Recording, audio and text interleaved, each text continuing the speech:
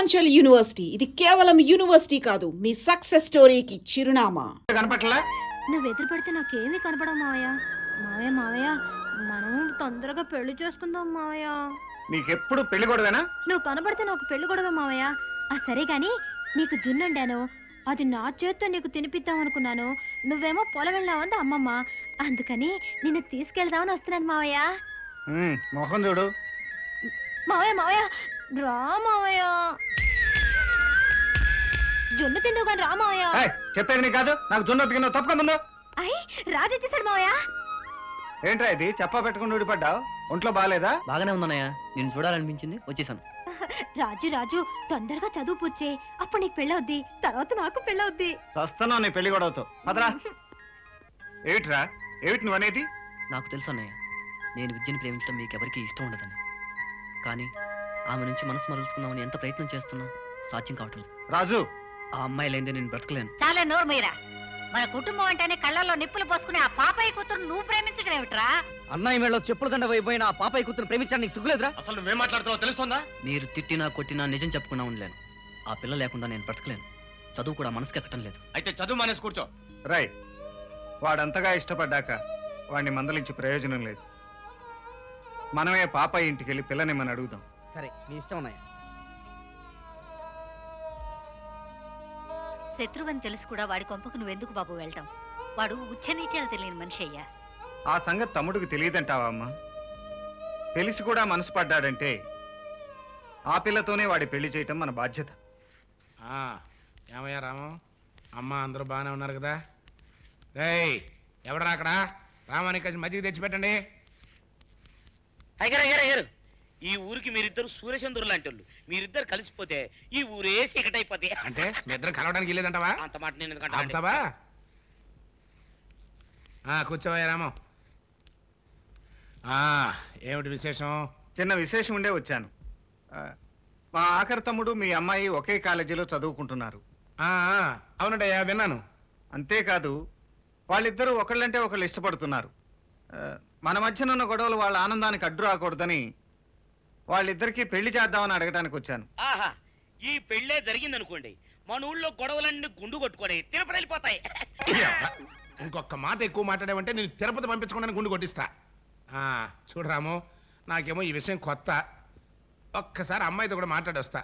నువ్వు కూర్చునుండు. ఎవడరా అక్కడ? మజ్జిగ తీసుకురండి. అయ్యా, ముచ్చటైనదంట, చిలకా గోరింకల్లా ఉంటారు. చాలా సంతోషం. అయ్యా, మజ్జిగ తమరు పుచ్చుకుంటారా, నన్ను పుచ్చుకోమంటారా? నువ్వే పుచ్చుకో. రామో, అమ్మాయితో మాట్లాడానయ్యా. ఏది ఏమైనా సింగిల్ మొక్కలో చెప్పాలి అంటే నువ్వు ఇలా అడగడం ఏమీ సబబుగా లేదయ్యా. అదేమిటి? ఇవాళ ఏ వారం? శుక్రవారం. మరి శుక్రవారం అని తెలిసి కూడా నా నట్టింటో ఉన్న ఆడపిల్లని నీ ఇంటికి తీసుకెళ్తానని అడగడానికి వచ్చావా? ఇది ఏమన్నా ధర్మంగా ఉంది? అవునయ్యా రామో, శుక్రవారం పూట ఇట్లాంటి మాటలు మాట్లాడుకోకూడదు.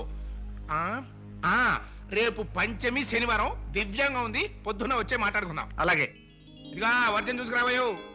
వస్తాను. అబ్బా, వస్తా అనకూడదయ్యా, అమంగళం. వెళ్ళొస్తాను అనాలి. వెళ్ళేస్తాను. అయ్యా, ఈ నెత్తి మీద ఒక్క మొట్టికాయండి, ఇదంతా కలో నిజం అర్థం కావట్లేదు. నిజం రా, నువ్వు చచ్చినంత నిజం. సర్లే, ముందు ఆ గ్లాసులో మజ్జిగ తాగిదావు. తెలియక తాగితే రోగాలు వచ్చేస్తారు. చాలా సంతోషం బాబు, అసలు ఆ పాపయ్య ఒప్పుకుంటాడు అనుకోలేదు. నువ్వు చాలా అదృష్టవంతుడురా. You are lucky. మరిది, నీ కోరిక ఫలించింది. నాకు పట్టు తీరుకొని ఇవ్వాలి. అలాగే వదినా. లోపలికి రండి అయ్యా.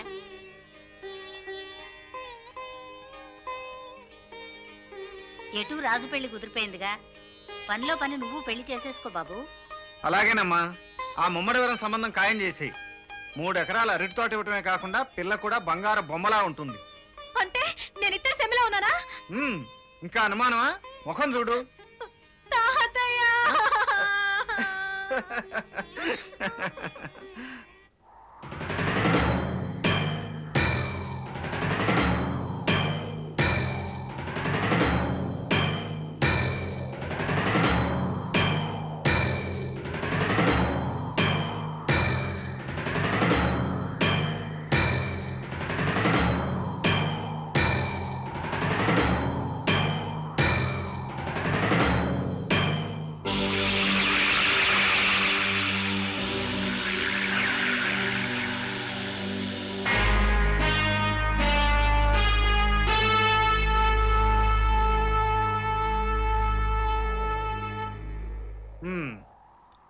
ఏంట్రా ఇది?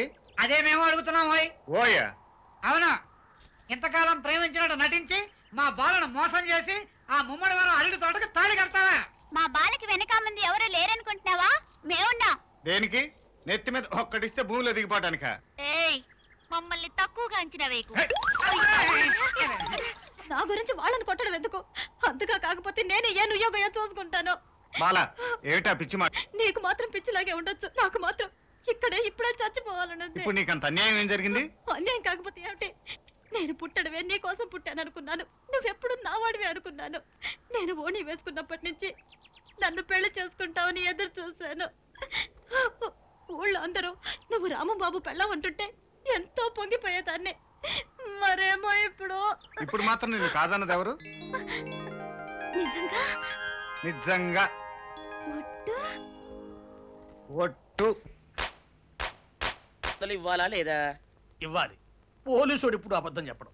అయితే ఇచ్చేయండి 600. ఇవ్వను. పోలీసుడు ఎప్పుడు డబ్బు ఇవ్వడు. ఇస్తే ఈ బట్టలకే అవమానం. ఇవ్వరా? ఇవ్వను. ఇవ్వరా? ఇవ్వను. సరే.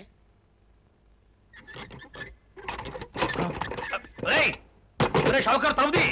ఒరే, నేను బయటకు వస్తే గొల్లైపోతావు. తలుపుదియా? తలుపు తీయమంటుంటే ఒరే కక్కుర్తి వెధవా, తలుపు తీరా. ఇట్రా. ఇందాక లోపల ఏమన్నావు? నా డబ్బులు ఎగ్గొట్టడానికి నువ్వేమన్నా నా బావమరిదివా? నా డబ్బులు తిని తెగబలిసి కాకి డ్రెస్ ఒకటి ఉంది కదా నన్ను బెదిరిస్తావా? రేయ్, నోటుకొచ్చినట్టు వాగావంటే బొక్కలో వేసి తొక్క వస్తావు అనుకున్నావు. తలుపు తీ ముందు. తీయను. నువ్వే చేతనైతే తలుపు తీసుకొని బయటికి రా. తలుపు తీయవా? తీయను. తలుపు తీయవా? తీయను. తలుపు తీయవా? తీయను. ఒరేయ్, నేను బయటకు వస్తే నీ గల్లా పెట్ట పగిలిపోద్ది అంతే. నువ్వు బయటకు వచ్చేసరికి నీలాటే ఇరిగిపోతాయి. ఒరే, నిన్ను నీ అమ్మ. అబ్బో అబ్బో అబ్బో అబ్బో అబ్బో సరే. అమ్మో. ఒరే ఈరిగా, నీ కొరకు వెతుకుతున్నాను రా. నువ్వు ఎస్ఐ గారు యూనిఫామ్ అవుతుకోట కదా, నీకు డబ్బులు ఇవ్వాలని ఎస్ఐ గారు నీ కొరకు చూస్తున్నారు. అట్టగానండి.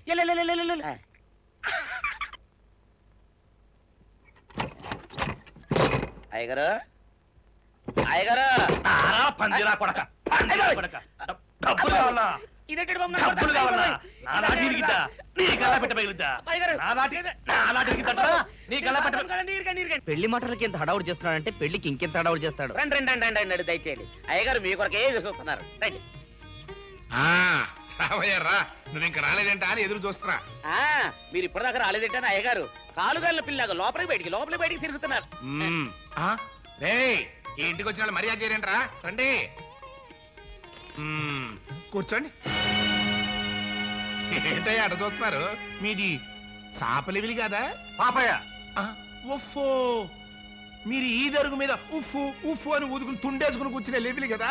పొరపాటు అయిపోయింది. వెళ్ళి ఈ దరుగు మీద కూర్చోండి బాబు. పాపయ్య, కూర్చునే మనుషులను బట్టి స్థలానికి హోదా వస్తుంది గాని కూర్చున్న స్థలాన్ని బట్టి మనుషులకు హోదా తగ్గిపోదు. ఆహా, అట్టయితే దొడ్డ పెరట్లో కూర్చోండి బాబు.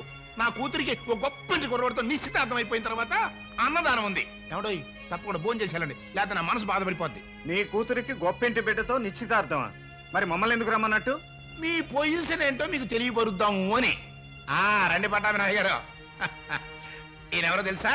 నా కాబోయే బియ్యంకుడు. 600 ఎకరాలకి ఆసామి. ఈయన ఏకైక కుమారుడే నా కాబోయే అల్లుడు. మరి మీకు ఎంత పొలం ఉంది బాబు? మొత్తం మీ కుటుంబ సభ్యులందరికీ కలిపి 50 ఎకరాలు. అది తమరి పొజిషన్. ఈయన గారి ముందు నోచుకోవడానికి కూడా మీకు అర్హత లేదయ్యా. ఏ మనిషికైనా అర్హత ఆస్తిని బట్టి కాదు, సంస్కారాన్ని బట్టి వస్తుంది. సరేలేవయ్యా, నీతులు చెప్పొచ్చావు. అస్సలు నా కూతుర్ని అడగడానికి మీకు ఎంత ధైర్యం? నా కొడుకుని జైల్లో పంపించిందే కాకుండా నా కూతుర్ని మీ ఇంటి కోడలుగా చేసుకుని దాంతో పేడెత్తించి పిడకలు కొట్టిద్దామనా? నేలాంటి దరిద్ర బొడ్డు కొంపకి కోడలుగా పంపించేదానికంటే గోదట్ట దోసేటే నయం. పాపయ్య. పాపయ్యనే ఎడలు చూస్తారా?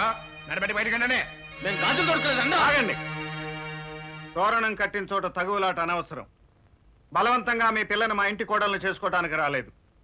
మా తమ్ముడు ఇష్టపడ్డాడని అడగటానికి వచ్చాం. అంతగా మీకు ఇష్టం లేకపోతే మర్యాదగా చెప్పుండాల్సింది. ఇంత అనాగరికంగా ప్రవర్తించవలసిన అవసరం లేదు.